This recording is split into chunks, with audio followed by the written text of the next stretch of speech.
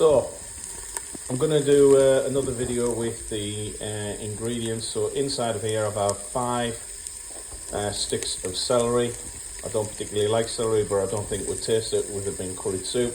We've got 2 large onions, and we're just frying it off in some of the fryer spray oil. I'm not going to add the garlic at this stage. The reason is I think garlic burns if you coat it so long. And as I say, this is going to be a real good test of the Foodie stick blender, because everything hasn't been finely chopped. I don't think we're going to need to, you know, from what I've looked and the research that I've done. So stay tuned as I add the further ingredients. So we're now going to fry this off, as I say, for about 7 to 8 minutes. So we've now been sauteing the onions and the celery for 8 minutes. Just going to fry off the garlic now, just for another minute.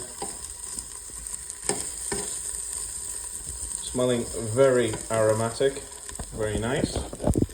Just going to turn it down also as well, because we don't want to burn the garlic. Obviously we're cooking with very little oil, trying to make this as healthy as we possibly can. As I like to call it, healthy and hearty.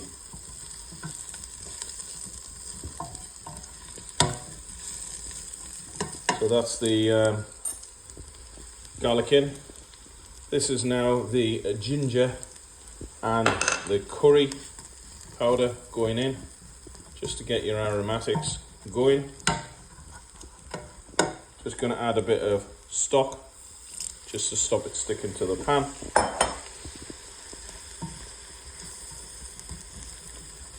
Just don't want my aromats to burn. As I say, that's just a medium curry powder, 4 to 5 tablespoons, and a bit of ginger.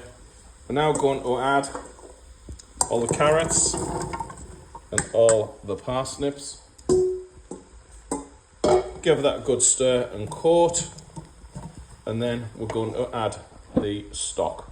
So that's our 1 kilo of parsnips and about 700 grams of carrots, nicely mixed in.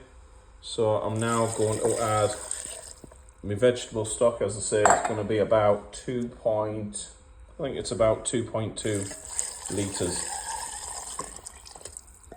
of veggie stock. So that's now in. We're now going to simmer this. I'm going to simmer this, I think, now for about, I would say, 30, maybe 40 minutes. So I'm just going to bring it up to the boil. I'm putting my hob on the P setting, which is power. Just going to bring it to the boil, and then we're going to simmer it for about 30 minutes. Give it a test.